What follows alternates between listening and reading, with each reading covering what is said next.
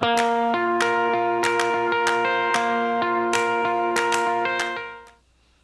friends, it's Ashley, and today I'm here with a new project for Colorcast Designs using the July Everything kit.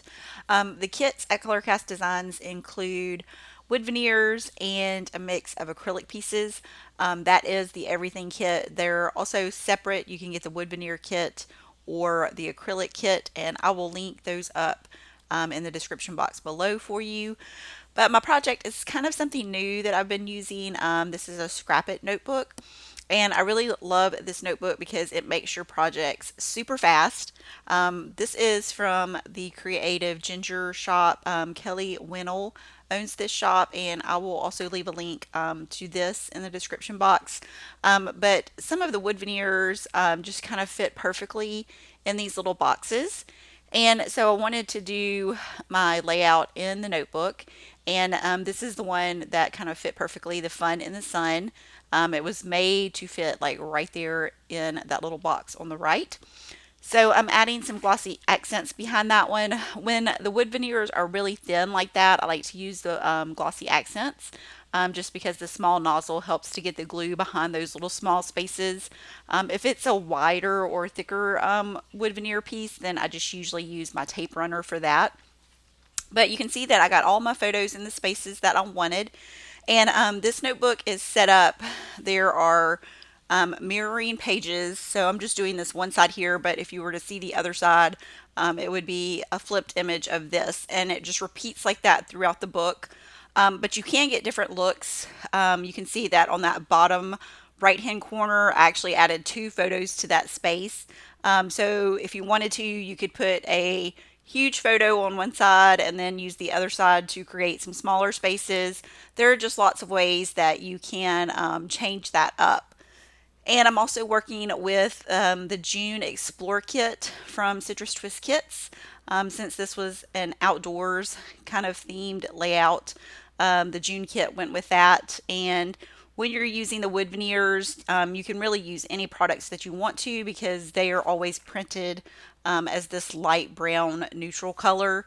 If you wanted to, you could change the color on like the fun in the sun. You might not necessarily want to do it on the one with the word phrases, but you could actually, if you wanted to paint that, use markers over it, try like distress oxide ink over it. So there's lots of fun things that you can do. I usually like to use mine naturally just because I like the contrast of the wood look on my projects. So now I want to bring in some of the little phrases and I'm going to put those in the three photo clusters. I like to kind of repeat patterns, so this is a good way to do that and to bring in the embellishments just by layering them over my photos here. And this is a really quick project also. This is almost in real time. I didn't really speed this up very much at all. It took me less than 10 minutes, maybe like 7 minutes to get this page done once I started working on it.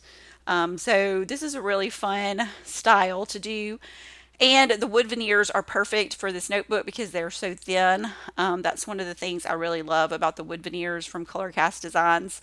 They are perfect for any of your projects, whether you're doing layouts, the Scrapbook notebook, memory planning, traveler's notebook.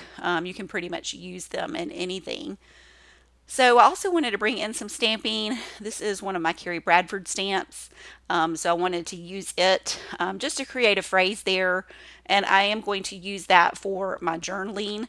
But I just wanted to have something else there than just the journaling by itself. So I did do that little stamped phrase.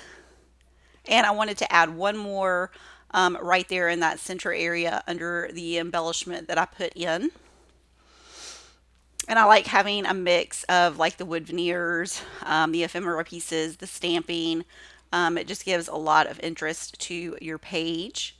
And I did want to add my date, so I just did kind of like a messy date stamping here in that little section at the bottom. And so I do have my journaling printed out here on the vellum sticker paper. So I am going to go ahead and add that to the spot there.